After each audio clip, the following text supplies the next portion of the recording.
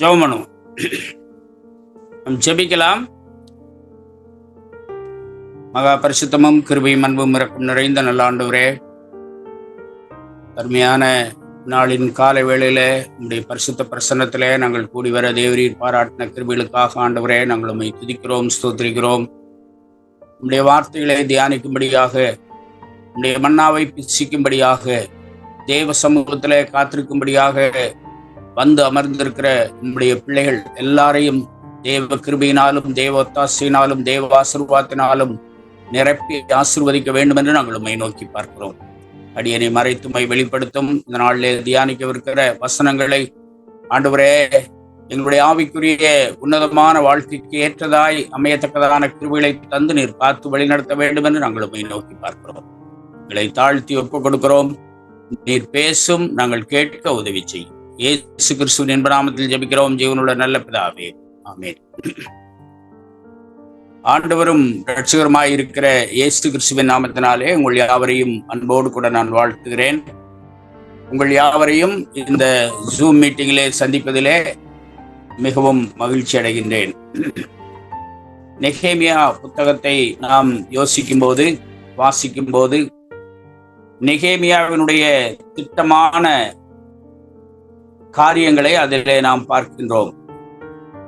நாம் வாழ்ந்து கொண்டிருக்கக்கூடிய இந்த நாட்களுக்கு நம்மை தேவனுடைய பிள்ளைகளாக நிலை நிறுத்துவதற்கு அந்த நாட்களிலே நெகேமியா எடுத்துக்கொண்ட அந்த திட்டமான முடிவுகள் நமக்கு ஆதாரமாக அமைகின்றது. நெகேமியாவின் புஸ்தகம் 1வது அதிகாரத்தை நாம் எடுத்துக்கொள்ளும் போது அங்கே ஒரு செய்தியை கேள்விப்படுகிறார். அந்த செய்தி என்ன? சிறையிருப்பில் மீந்திருக்கிறவர்கள் அந்த தேசத்திலே மகா தீங்கையும் நிந்தையும் அனுபவிக்கிறார்கள். எருசலேமின் அலங்கம் இடிபட்டதும் அதன் வாசல்கள் அக்கினியால் சுட்டெரிக்கப்பட்டதுமாய் கிடக்கிறது என்று சொன்னார்கள் என்று சொல்லி நாம் அதிலே 3வது வசனத்திலே வாசிக்கிறோம். 1வது அதிகாரம் 3வது வசனத்திலே இந்த வார்த்தைகளை கேட்ட போது நெகேமியா செய்த காரியங்கள் தான் இந்த மொத்த நெகேமியா புத்தகத்தினுடைய காரியங்களை அது வெளிப்படுத்துகிறதாக, திட்டமிடுகிறதாக, செயல்படுகிறதாக இருக்கிறது என்பதை நாம் பார்க்கின்றோம். இந்த வார்த்தைகளை கேட்டபோது நான் உட்கார்ந்து அழுது சில நாளாய் துக்கித்து உபவாசித்து மன்றாடி பரலோகத்தின் தேவனை நோக்கி என்று சொல்லி எழுதப்பட்டிருக்கிறது. இது ஒவ்வொரு வார்த்தையும் மிகவும் ஆழமான அர்த்தத்தை கொண்டதாக இருக்கிறது. நாம் அதை வாசித்து பார்ப்போமேயானால் நன்றாக தெரியும். உட்கார்ந்து அழுது சில நாளாய் துக்கித்து உபவாசித்து மன்றாடி பரலோகத்தின் தேவனை நோக்கி என்று சொல்லி, அருமையானவர்களே, இந்த வசனத்தின் அடிப்படையிலே நடந்த சில காரியங்கள் எல்லாவற்றையும் நாம் கடந்த நாட்களில் சிந்தித்தோம். எவ்வளவு ஒரு ஆணித்தரமாக, எவ்வளவு ஒரு பக்தி வைராக்கியத்தோடு நெகேமியா இந்த காரியங்களை செய்தார் என்பதை கடந்த அதிகாரங்களிலே அருமையான நம்முடைய பாஸ்டர் சொல்ல நாம் கேட்டோம். இந்த நாளிலே 5வது 6வது அதிகாரத்தை சிந்திக்கும்படியாக கர்த்தர் நமக்கு உதவி செய்திருக்கிறார். இந்த 2 அதிகாரங்கள் இருக்கிறபடினாலே சில குறிப்புகளை மாத்திரம் சொல்லி நான் கடந்து போக விரும்புகின்றேன். 5வது அதிகாரத்தை நாம் எடுத்துக்கொள்வோமேயானால் 5வது அதிகாரத்திலே முதல் 5 வசனங்களை நாம் வாசிக்கும் போது அங்கே ஜனங்களினுடைய மிகப்பெரிய கூக்குரல் எழும்புகிறதை நாம் பார்க்கின்றோம். ஏன் என்று சொல்லும் போது, இதுவரைக்கும் எல்லாம் சரியா நடந்து வந்துட்டு இருக்குது. இந்த ஜனங்களை குறித்த காரியங்கள் ஒன்றுமே அங்கே சொல்லப்படவில்லை என்பதல்ல, ஆனால் அவைகள் வெளிப்படவில்லை. ஆனால் மிகவும் அடக்கி வைத்துக் கொண்டிருந்த அல்லது அவர்கள் வாழ்க்கையில சந்தித்த பல காரியங்களை இந்த 5வது அதிகாரத்தில் முதல் 5 வசனங்களிலே அவர்கள் முறையிடுகிறதை நாம் பார்க்கின்றோம். சகோதரர் மேல் முறையிடுகிற பெரிய கூக்குரல் உண்டாயிற்று என்று 1வது வசனத்தில் எழுதப்பட்டிருக்கிறது. எதற்கெல்லாம் கூக்குரல் இட்டார்கள் என்று சொல்லி நாம் பார்க்கும்போது, சாப்பிட்டு பிழைக்கும்படியாக தானியத்தை கடனாக வாங்கினோம், அடமானமாக வைத்து பஞ்சத்திலே தானியம் வாங்கினோம், பணத்தை கடனாக வாங்கினோம். எதற்காக என்றால் ராஜாவுக்கு தீர்வு செலுத்தும்படியாக எங்கள் நிலங்கள் மேலும் எங்கள் திராட்சை தோட்டங்கள் மேலும் பணத்தை கடனாக வாங்கினோம். அது மாத்திரமல்ல, நாங்கள் எங்கள் குமாரையும் எங்கள் குமாரத்திகளையும் அடிமைத்தனத்திற்கு உட்படுத்த வேண்டியதாக இருக்கிறது. எங்கள் குமாரத்திகளில் சிலர் அடிமைப்படுத்தப்பட்டும் இருக்கிறார்கள். அவர்களை மீட்க எங்களுக்கு நிர்வாகம் இல்லை. எங்கள் நிலங்களும் எங்கள் திராட்சை தோட்டங்களும் வேறே மனிதர் கைவசமாயிற்று என்று சொல்லி அவர்களுடைய அங்கலாய்ப்பை அங்கே தெரிவிக்கிற ஒரு காரியத்தை குறித்து பார்க்கின்றோம். அருமையானவர்களே, நம்முடைய வாழ்க்கையிலேயும் கூட நம்முடைய திருச்சபையின் பிள்ளைகள் நாம் கவனித்துக் கொண்டிருக்கக்கூடிய நம்முடைய சபையில் இருக்கக்கூடிய அருமையான நம்முடைய ஜனங்களை குறித்த ஒரு காரியம் கூட இதிலே நாம் கற்றுக்கொள்ள வேண்டியதாக இருக்கின்றோம். ஒருவேளை நம்முடைய திருச்சபை பிள்ளைகள், நம்முடைய சகோதர சகோதரர்கள், நம்முடைய குடும்பங்கள் அவர்கள் ஆலயத்துக்கு வருகிறார்கள், ஆலய ஆராதனையிலே பங்கு கொள்ளுகிறார்கள், ஸ்தோத்திரம் பாஸ்டர் என்று சொல்லிவிட்டு சந்தோஷமாக செல்லுகிறார்கள் என்று சொல்லி நாம் அதை அப்படியே விட்டுவிடக்கூடாது. மாறாக அவர்களை குறித்த காரியங்களை நாம் அனுதினமும் கவனிக்கிறவர்களாக இருக்க வேண்டும் என்ற ஒரு காரியத்தை இதிலிருந்து நாம் கற்றுக்கொள்கிறோம். அவர்களுடைய வீடுகளுக்கு சென்று அவர்களுடைய குடும்பத்தினுடைய காரியங்களை விசாரித்து, பிள்ளைகளுடைய காரியங்களை விசாரித்து, என்ன செய்கிறார்கள், எப்படி இருக்கிறார்கள், அவருடைய தேவைகள் என்ன, அவருடைய ஆவிக்குரிய சரீர தேவைகள் என்ன என்பதை விசாரித்து நாம் பீரியாடிக்கலா முறையாக நாம் அதை கவனித்துக் கொண்டிருக்கிறவர்களாக இருக்க வேண்டும் என்ற காரியங்களை இதன் மூலமாக நாம் கற்றுக்கொள்கிறோம். இங்கே என்ன நடக்கிறது? இந்த கூக்குரலை கேட்ட நெகேமியாவுக்கு கோபம் வந்தது என்று சொல்லி அதிலே நாம் பார்க்கிறோம். கோபம் வந்த இந்த நெகேமியா என்ன செய்கிறார்? தனியாக அவர் தன்னுடைய மனதிலே ஆலோசனை பண்ணுகிறார். பிற்பாடு பிரபுக்களையும் அதிகாரிகளையும் கடிந்து கொண்டு அவரவர் தங்கள் சகோதரர் மேல் ஏன் வட்டி சுமத்துகிறீர்கள் என்று சொல்லி அவர்களுக்கு விரோதமாக சபையை கூடி வர செய்கிறார். அது மாத்திரமல்ல,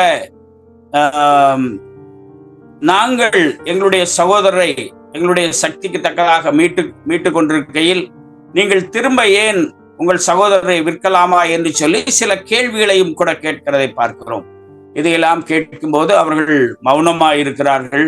அதனைத் தொடர்ந்து இன்னொரு கேள்வி கூட அங்கே கேட்கிறார். நீங்கள் செய்கிற காரியம் நல்லதல்ல, நம்முடைய பகைஞராகிய பிரஜாதியார் நிந்திக்கிறது நிமித்தம் நீங்கள் நம்முடைய தேவனுக்கு பயந்து நடக்க வேண்டாமா என்று சொல்லி கேட்கிற ஒரு காரியத்தையும், சகோதரரும் நானும் வேலைக்காரரும் இவ்விதமாகவா செய்கிறோம் என்று சொல்லி தன்னை முன்மாதிரி படுத்தி கொள்ளுகிற ஒரு காரியத்தை குறித்து கூட அங்கே நாம் பார்க்கின்றோம். இவைகளெல்லாம் இந்த 8, 9, 10 வசனங்களிலே எழுதப்பட்டிருக்கிறது. இப்படி இருந்த இவர்களை பார்த்து நெகேமியா சொல்லக்கூடிய, திட்டவட்டமாக சொல்லக்கூடிய ஒரு காரியத்தை 11வது வசனத்திலே நாம் பார்க்கின்றோம். நீங்கள் இன்றைக்கு அவர்கள் நிலங்களையும் அவர்கள் திராட்சை தோட்டங்களையும் அவர்கள் ஒலிவத் தோப்புகளையும் அவர்கள் வீடுகளையும் நீங்கள் பணத்திலும் தானியத்திலும் திராட்சை ரசத்திலும் எண்ணெயிலும் 101 வீதமாக அவர்களிடத்துக்கு தண்டி வருகிற வட்டியையும் அவர்களுக்கு திரும்ப கொடுத்து விடுங்கள் என்று சொல்லி ஒரு ஆலோசனை சொல்கிறதை நாம் பார்க்கின்றோம். அருமையானவர்களே, நம்முடைய வாழ்க்கையிலே தேவன் கொடுத்திருக்கிற அநேக காரியங்களை குறித்து பார்க்கும்போது நாம் சுதந்திரமாக, நாம் நன்றாக பிழைப்பதற்காக மாத்திரமல்ல, மற்றவர்கள் நன்றாக இருக்க வேண்டும் என்ற காரியங்களையும் கர்த்தர் அதிலே நம்மீது ஒரு பொறுப்பாக வைத்து அதை செய்ய வேண்டும் என்று சொல்லி தேவன் விரும்புகிறார். பிறர் சுகமாக இருக்கிறார்கள், பிறர் நன்றாக இருக்கிறார்கள் என்ற ஒரு நல்ல செய்தியே நமக்கு பெரிய ஆசீர்வாதத்தை கொண்டு வரும் என்பதை நாம் மறந்து போகக்கூடாது. இங்கே இப்படி சொல்லக்கூடிய ஒரு காரியத்தை குறித்து பார்க்கிறோம். ஜனங்களும் கூட நாங்கள் அதை திரும்ப கொடுத்து விட்டு இனி அப்படி அவரிடத்தில் கேட்க மாட்டோம், நீர் சொல்லுகிறபடியே செய்வோம் என்றார்கள். அப்பொழுது நான் ஆசாரியர்களை அழைத்து அவர்கள் இந்த வார்த்தையின்படியே செய்ய அவர்களை ஆணையிடுவித்துக் கொண்டேன் என்று சொல்லி அங்கே எழுதப்பட்டிருக்கிறதை நாம் பார்க்கின்றோம். நெகேமியாவினுடைய காரியங்களை குறித்து பார்க்கும்போது எல்லாவற்றையும் நேரடியாக பேசி நேரடியாக காரியங்களை செய்கிற ஒரு காரியத்தை குறித்து நாம் வேதத்திலே வாசிக்கின்றோம். அவர்களை கூப்பிட்டு இந்த காரியங்களை அவர்களிடத்துல மறைத்தல்ல, நேரடியாக இப்படி ஏன் செய்தீர்கள் என்று சொல்லி கேட்டு அதற்குரிய அந்த பதிலை அவர்கள் சொல்ல கேட்டு அதன்படியே அவர்கள் செய்வதற்கு தங்களை தீர்மானித்துக் கொள்ளும்படியாக கற்றுக் கொடுக்கிற ஒரு காரியத்தை குறித்து பார்க்கின்றோம்.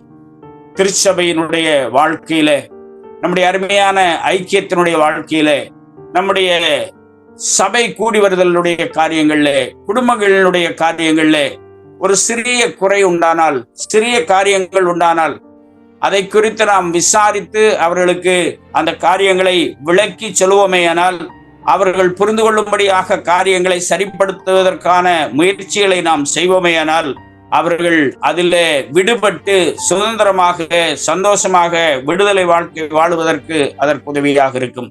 இந்த நாட்களிலே தேவன் நமக்கு கொடுத்திருக்கிற இந்த மகா பெரிய உத்தரவாதமான இந்த ஊழியத்தை செய்கிற சபை குருமார்களாக, சபை பாஸ்டர்ஸாக நாம் இருக்கிற இந்த காலங்களிலே இந்த அருமையான காரியத்தை தேவ குடும்பங்களுக்கு நாம் செய்ய வேண்டும் என்று சொல்லி தேவன் விரும்புகிறார். இப்படி இந்த நெகேமியா இன்னும் ஒருபடி மேலாக போய், நான் என் வஸ்திரத்தை உதறி போட்டு 13வது வசனம், இப்படி இந்த வார்த்தையை நிறைவேற்றாத எந்த மனிதனையும் அவன் வீட்டிலும் அவன் சம்பாத்தியத்திலும் இருந்து தேவன் உதறி போட கடவர். இந்த பிரகாரமாக அவன் உதறி போடப்பட்டு வெறுமையாக போவானாக என்றேன். அதற்கு சபையார் எல்லாரும் ஆமேன் என்று சொன்னார்கள் என்று சொல்லி பார்க்கிறோம். திட்டவட்டமாக இந்த சபையில் இருக்கக்கூடிய ஜனங்கள் தீர்மானம் எடுக்கத்தக்கதான காரியங்களை செய்தார்கள் என்று சொல்லி இந்த பகுதியிலே வாசிக்கிறோம். அதனுடைய முடிவிலே பார்க்கும்போது அவர்கள் எல்லாரும் ஒருமனப்பட்டு ஒருவருக்கொருவர் தாங்கள் வருத்தத்தோடு அல்ல, விருப்பம் இல்லாமல் செய்த காரியம் என்பதல்ல, ஏதோ சொல்லுகிறார்கள் செய்வோம் என்று சொல்லி சொல்லவில்லை, செய்யவில்லை. மாறாக அவர்கள் முழு மனதோடு கூட ஏற்றுக்கொண்டு இந்த காரியங்களை செய்தார்கள். அதிலே முக்கியமான ஒரு காரியத்தை நாம் சிந்தித்து பார்ப்போமே ஆனால், அவர்கள் ஆமேன் என்று சொன்னார்கள். ஆமேன் என்றால் அப்படியே ஆக கடவது, இதை நாங்கள் ஒத்துக்கொள்கிறோம், இதற்கு நாங்கள் உடன்படுகிறோம், இதற்கு நாங்கள் உறுதி சொல்கிறோம் என்று சொல்லி இந்த ஜனங்கள் தங்களை தாழ்த்தி ஆண்டவருடைய ஆசீர்வாதத்தை பெற்றுக்கொள்ளும்படியாக தங்களை ஒப்புக் கொடுத்தார்கள் என்று சொல்லி நாம் பார்க்கின்றோம். மாத்திரமல்ல, கர்த்தரை துதித்தார்கள் என்று சொல்லி அங்கே எழுதப்பட்டிருக்கிறது. உண்மையானவர்களே, ஒருவேளை இந்த நாட்களிலே ஒரு வழக்கு அல்லது ஒரு ப்ராப்ளம் அல்லது ஏதாவது சில காரியங்கள், சபையில் இருக்கக்கூடிய சில காரியங்கள், மாற்று கருத்துக்கள் உடைய காரியங்கள் உண்டானால் அவர்களை அழைத்து நாம் காரியங்களை பேசி முடிவு செய்யும் போது நாம் ஜெபித்து அனுப்புகிறோம். அவர்கள் முழு மனதோடு கூட அதை ஏற்றுக்கொண்டு கடைசியாக ஆண்டவருடைய சமூகத்துல கர்த்தர் இந்த காரியங்களை நலமாக முடித்தார்கள் என்று சொல்லி அந்த ஆசீர்வாதத்தோடு கூட கடந்து செல்ல வேண்டும் என்ற காரியங்களை இந்த காரியம் நமக்கு கற்றுக் கொடுக்கிறது. அவர் எல்லாருமாய் சேர்ந்து கர்த்தரை துதித்தார்கள், பின்பு ஜனங்கள் இந்த வார்த்தையின்படியே செய்தார்கள் என்று சொல்லி அங்கே எழுதப்பட்டிருக்கிறது. இந்த நாட்களிலே நம்முடைய திருச்சபையின் காரியங்களை, நம்முடைய அருமையான ஜனங்களுடைய காரியங்களை, நாம் வழி நடத்துகிற அருமையான நம்முடைய தேவ பிள்ளைகளுடைய குடும்பங்களில் இப்படிப்பட்டதான காரியங்கள் நடக்க வேண்டும் என்பதை நெகேமியா புத்தகத்தின் மூலமாக நாம் அறிந்து கொள்கின்றோம். இப்படி நாம் பார்க்கும்போது, இந்த அடுத்த வசனங்களை நாம் பார்க்கும்போது, தன்னுடைய வாழ்க்கையில எதையெல்லாம் தியாகம் செய்தார் என்று சொல்லி அடுத்த சில வசனங்களிலிருந்து நாம் பார்க்கின்றோம்.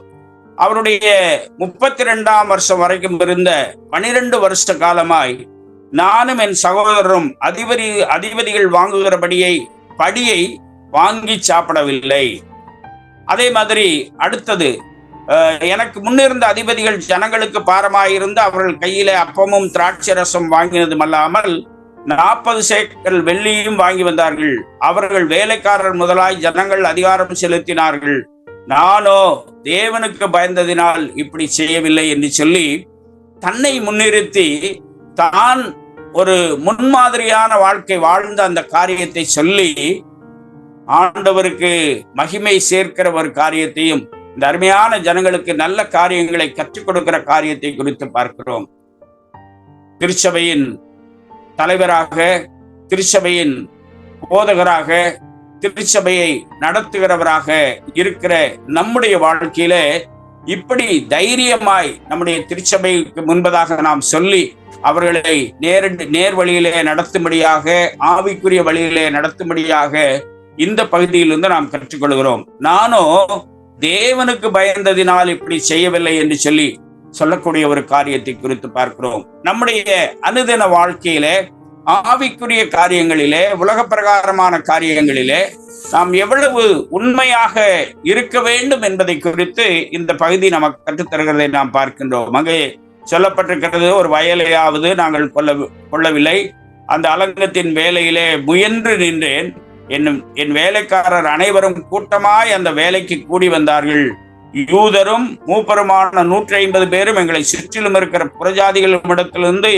எங்களிடத்திற்கு வந்தவர்களும் என் பந்தியிலே சாப்பிட்டார்கள் என்று சொல்லி, மாத்திரமல்ல தன்னை மாத்திரமல்ல தன்னுடைய பொருள்களையும் தன்னுடைய பணத்தையும் தன்னுடைய நேரத்தையும் அவர்களுக்கு செலவிட்டார் என்று சொல்லி இந்த பகுதி சொல்லப்பட்டிருக்கிறது. இவர்களுக்கு என்ன செய்தார் என்பதை மிக தெளிவாக அங்கே எழுதப்பட்டிருக்கிறது. எவ்வளவு செலவாயிற்று என்ற காரியங்களும் அங்கே சொல்லப்பட்டிருக்கிறது. நாளொன்றுக்கு ஒரு காளையும் முதல் தரமான 6 ஆடும் சமைக்கப்பட்டது, பட்சிகளும் சமைக்கப்பட்டது, 10 நாளைக்கு ஒரு தரம் 4வது திராட்சை ரசம் செலவழிந்தது.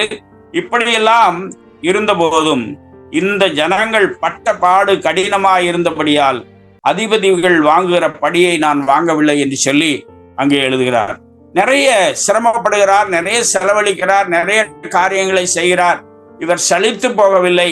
இவ்வளவு செலவு எப்படி செய்வது, இதற்கு ஏதாவது மாற்று வழி இருக்கிறதா என்பதை எல்லாம் சிந்திக்காதபடிக்கு இந்த காரியங்களை அவருக்கு மற்ற செலவு என்பதை காட்டிலும் ஜனங்கள் பட்ட பாடு என்று சொல்லக்கூடிய ஒரு காரியத்தை குறித்து அங்கே வேதத்திலே நாம் வாசிக்கின்றோம். அருமையானவர்களே, நாம் தேவனுடைய பிள்ளைகளானால் இயேசு கிறிஸ்து நமக்காக பட்ட பாடுகளை நாம் நினைத்து பார்ப்போமேயானால் நம்முடைய கரங்களிலே இருக்கக்கூடிய தேவ ஜனங்கள், தேவ குடும்பங்கள் அவர்களுடைய பாடுகளை நினைத்து பார்க்கிறவர்களாக, அவர்களுக்காக நாம் ஜெபிக்கிறவர்களாக, கொடுக்கிறவர்களாக, அவர்களுடைய முன்னேற்றத்திற்காக பாடுபடுகிறவர்களாக இருப்போம் என்பதை இந்த பகுதி நமக்கு சுட்டி காட்டுகிறது. ஒருவேளை இந்த நாட்களிலே தேவனுக்கு பிரியமான ஒரு வாழ்க்கை வாழும்படியாக கர்த்தர் நம்மை நடத்துகிறார். அப்படிப்பட்ட வாழ்க்கைக்குள்ளாக நாம் கடந்து செல்ல வேண்டும் என்று சொல்லி தேவன் விரும்புகிறார்.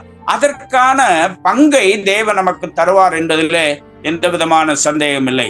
இந்த ஜனங்களினுடைய பாடுகளை நினைத்த நெகேமியா பின்னாட்களிலே அந்த அலங்கம் கட்டி முடிக்கப்பட்டதையும் அந்த வாசல்கள் கட்டி முடிக்கப்பட்டதையும் கண்டு தேவனுக்கு மகிமை சேர்த்தார்கள் என்று சொல்லி அங்கே எழுதப்பட்டிருக்கிறதை நாம் பார்க்கின்றோம். இந்த அதிகாரத்தினுடைய இந்த 5வது 6வது அதிகாரத்துல 19 வசனங்கள் இருக்கிறது.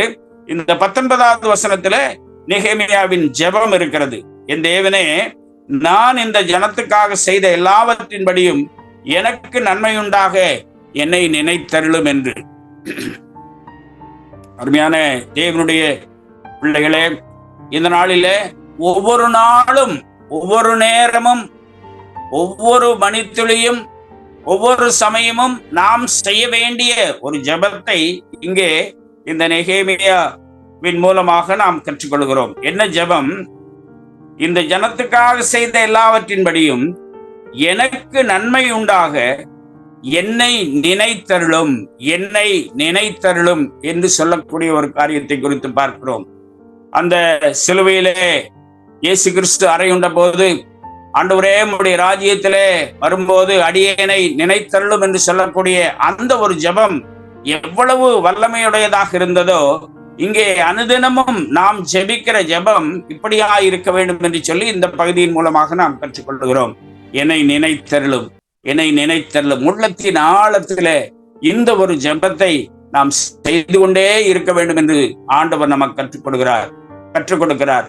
பாடுகள் வரும்போது, கடினமான சூழ்நிலைகளை கடந்து செல்லும் போது, வித்தியாசமான காரியங்களிலே நாம் கடந்து செல்லும் போது, மேன்மையான காரியங்களை நாம் அடையாதபடிக்கு அவமானங்களை சந்திக்கும் போது, வருத்தங்களை சந்திக்கும் போது, வியாதியின் பிடியிலே இருக்கும் போது, இப்படிப்பட்ட நிலைகளில் எல்லாம் ஆண்டவரே என்னை நினைத்தருளும், ஆண்டவரே என்னை நினைத்தருளும். வார்த்தை ஒருவேளை சிறியதாக இருக்கலாம், ஆனால் அதனுடைய ஆழம் பெரியது, அதனுடைய அர்த்தம் பெரியது.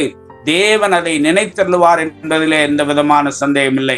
அருமையானவர்களே, இந்த ஜெபத்தை நாம் நம்முடைய அறைகளிலே, நம்முடைய வீடுகளிலே, ஆலயத்திலே ஆண்டவரே என்னை நினைத்தருளும் என்று சொல்லி நாம் எழுதி வைத்து நாம் பார்க்கும் போதெல்லாம் அந்த வசனத்தை வாசிக்கும் போது அது ஒரு ஜெபமாக இருக்கும். ஆண்டவரே என்னை நினைத்தருளும், ஆண்டவரே என்னை நினைத்தருளும், என் தேவனே என்னை நினைத்தருளும் என்ற அந்த ஜெபத்தை நாம் அடிக்கடி தேவ சமூகத்தில் ஏறெடுப்போம். இந்த அதிகாரம் அப்படியாக முடிகிறதை நாம் பார்க்கின்றோம். அடுத்த அதிகாரத்தை நாம் பார்க்கும்போது அதிலே என்னென்ன பாடுகள் வந்தது என்பதை குறித்து அடுத்த வசனத்திலே சொல்லப்பட்டிருக்கிறது. இப்போது அலங்கமானது கட்டி முடிக்கப்பட்டு விட்டது. அதிலே திறப்பு ஒன்றுமில்லை என்பதை யார் தெரிந்து கொள்கிறார்கள்? அருமையானவர்களே, இந்த நாளிலே ஒரு காரியத்தை நாம் கற்றுக்கொள்ள வேண்டும். நாம் நம்முடைய காரியங்களில் எவ்வளவு ஜாக்கிரதையாக இருக்கிறோமோ இல்லையோ, நம்மை குறித்து அதிகமாய் கவனமாய் கவனித்துக் கொண்டிருக்கிற எதிராளிகள், சாத்தானுடைய கிரியைகள், பிசாசினுடைய தந்திரங்கள், நம்மை பிடிக்காதவர்கள், நமக்கு துரோகம் பண்ணுகிறவர்கள், இப்படிப்பட்ட மக்கள் இருப்பார்களேயானால், குறிப்பாக தேவனுக்கு விரோதமாக காரியங்களை செய்கிற பிசாசின் அந்தகார செயல்கள் அதிகமாக நம்மை மேற்கொள்வதற்காக அவர்கள் எடுக்கிற பிரயத்தனங்களை நாம் காண்கிறோம். அப்படியானால் நாம் இன்னும் அதிகமாக ஜாக்கிரதையாக இருக்க வேண்டும் என்பதை அதன் மூலமாய் நாம் கற்றுக்கொள்கிறோம். இந்த 1ஆம் வசனத்தை நாம் வாசிக்கும் போது, சன்பல்லாத்தும் தொபியாவும் அரபியனான கேசேமும் எங்களுக்கு உண்டாயிருந்த மற்ற பகைஞரும் கேள்விப்பட்ட போது எதை கேள்விப்பட்டார்கள்? அலங்கம் கட்டி முடிக்கப்பட்டு விட்டது, வாசல்கள் எல்லாம் வைக்கப்பட்டு விட்டது, இனி திறப்பு ஒன்றுமில்லை என்ற நல்ல செய்தியை கேள்விப்படும் போது அவர்கள் சந்தோஷப்படவில்லை. மாறாக அவர்கள் இந்த வாசல்களுக்கு கதவு மட்டும் போடாதிருக்கிற அந்த சமயத்துல அவர்கள் செய்கிற காரியத்தை குறித்து பார்க்கும்போது, சன்பல்லாத்தும் கேசேமும் ஆள் அனுப்பி நாம் ஓனோ பள்ளத்தாக்கில் இருக்கிற கிராமங்கள் ஒன்றில் ஒருவர் கண்டு பேசுவோம் வாரும் என்று கூப்பிட்டார்கள். அவர்களோ வென்றால் எனக்கு பொல்லாப்பு செய்ய நினைத்தார்கள் என்று சொல்லி எழுதப்பட்டிருக்கிறது. நல்லது செய்வதை போல, நன்மை செய்வதை போல, நமக்கு நன்மையான காரியங்களை நடப்பித்து தருவோம், நான் கூட இருக்கிறேன் என்று சொல்வதை போல பல சமயங்களிலே நமக்கு பிரியமல்லாதவர்கள், நமக்கு துன்பப்படுத்த வேண்டும் என்று விரும்புகிறவர்கள், தேவனுக்கு விரோதமாக நிற்கிறவர்கள் இப்படிப்பட்டதான காரியங்களை செய்வார்கள் என்பதை நாம் அறிந்து கொள்ள வேண்டும். இவர் நெகேமியா நன்றாக அறிந்திருந்தார். தனக்கு பொல்லாப்பு செய்ய நினைக்கிறார்கள் என்பதை அறிந்திருக்கிற போது அவர் நெகேமியா செய்த காரியங்களை இந்த 3வது வசனத்திலே வாசிக்கிறோம். அப்பொழுது நான் அவர்களிடத்திற்கு ஆட்களை அனுப்பி என்று சொல்லி எழுதப்பட்டிருக்கிறது.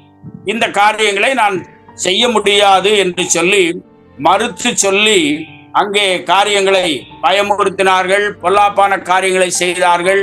இவைகளெல்லாம் அந்த பகுதியிலே நாம் பார்க்கும்போது 3வது வசனத்திலிருந்து 10வது வசனம் வரைக்கும் உள்ள பகுதிகளை நாம் வாசிக்கும் போது இப்படிப்பட்டதான காரியங்கள் இருக்கிறதை நாம் பார்க்கின்றோம். அதற்கு இசைந்து கொடுக்கவில்லை.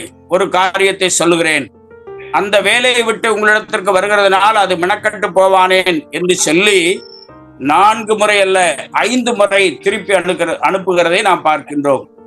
அது மாத்திரமல்ல, 10ஆம் வசனத்திலே செமேயா என்பவன் சொல்லக்கூடிய ஒரு தந்திரமான காரியத்தையும் கூட தனக்கு விரோதமாக செய்கிறாள் என்பதை நன்றாக அறிந்திருந்து காரியங்களை அது மறுத்து விடுகிறதை பார்க்கின்றோம். இந்த 15வது வசனத்திலே 52 நாட்களுக்குள்ளே கட்டப்பட்டு 25ஆம் தேதியிலே முடிந்தது, அங்கே தேவனுக்கு மகிமை சேர்த்தார்கள் என்று சொல்லி பார்க்கின்றோம். இந்த அடுத்த பகுதியிலே, அந்த கடைசியாக இருக்கக்கூடிய பகுதியிலே தன்னுடைய செல்வாக்கை வைத்து பயப்படுத்துகிற காரியங்களை குறித்து பார்க்கும் போதும் கூட நெகேமியா அதற்கு பயப்படவில்லை என்று சொல்லி நாம் பார்க்கின்றோம். கிறிஸ்துவுக்குள் அருமையானவர்களே, இந்த 6ஆம் அதிகாரத்திலேயும் கூட தனக்கு வந்த பலவிதமான பாடுகள் மத்தியிலேயும் தேவனை மகிமைப்படுத்துகிற நெகேமியாவை நாம் பார்க்கின்றோம். இந்த நாட்களிலே ஒரு வாழ்க்கை வாழும்படியாக தேவன் நம்மை அழைக்கிறார். கற்றுக்கொள்ள வேண்டிய காரியங்கள் என்று சொல்லி நாம் பார்க்கும்போது, மிகப்பெரிய கர்த்தருடைய ஊழியத்தில் கர்த்தர் நம்மை இணைத்துள்ளார். தனியாக அல்ல, தேவ ஒத்தாசையோடு ஜெபத்தோடு நாம் செயல்படுவோம். திக்கு தெரியாத காட்டில் அல்ல, தேவன் நமது கையில் கொடுத்துள்ள பிரகாசமான ஒளியின் உதவியோடு ஜீவ வார்த்தை, அவருடைய ஆலோசனை, அவருடைய வழிநடத்தல், அவருடைய வாக்கு தத்தம், தேவன் நமக்கு கொடுத்திருக்கிற நித்திய ஜீவன், இவைகளை முன்னிறுத்தி முன்னோக்கி முன்னேறுவோம். கர்த்தர் நம்மோடு இருக்கிறார். தன்னை தந்த இயேசுவுக்கு நாம் நம்மை முழுவதுமாக கொடுக்கும்படியாக ஆண்டவர் நம்மை அழைக்கிறார். நெகேமியாவினுடைய சிந்தை, செயல், விடாமுயற்சி, உறுதியான தைரியம், தேவ பக்தி, நாம் எந்த நிலையில் இருந்தாலும் கர்த்தருக்கென்று வாழ முடியும் என்ற விசுவாசத்திலே நாம் வளரும்படியாக கர்த்தர் நம்மை அழைக்கிறார். கர்த்ததாமே இந்த வசனங்களை ஆசீர்வதிப்பாராக. நாம் ஜெபிப்போம். எங்களை அதிகமாக நேசிக்கிற எங்கள் நல்ல ஆண்டவரே, நம்முடைய பரிசுத்தமான கிருபைக்குள்ளாக இந்த நாளின் காலை வேளையிலே நீர் எங்களை நடத்தி வந்த தயவுக்காக நாங்கள் உமக்கு நன்றி செலுத்துகிறோம். நெகேமியாவின் காரியங்கள் எங்களை உற்சாகப்படுத்தும்படியாய், நிமிர்ந்திருக்கும்படியாய், தேவனுக்கென்று வாழும்படியாய் ஆண்டவரே உதவி செய்கிறதற்காக உம்மை துதிக்கிறோம். கல்வாரி சேப்பலுடைய எல்லா ஊழியங்களையும் உங்களுடைய சமூகத்திலே வைக்கிறோம். அருமையான அண்ணனையும் அன்பு பிள்ளைகள் எல்லாரையும், ஊழியத்தில் இருக்கக்கூடிய எல்லா பாஸ்டர்ஸ்மாரையும் ஆண்டவரே நம்முடைய கரத்துல கொடுக்கிறோம்.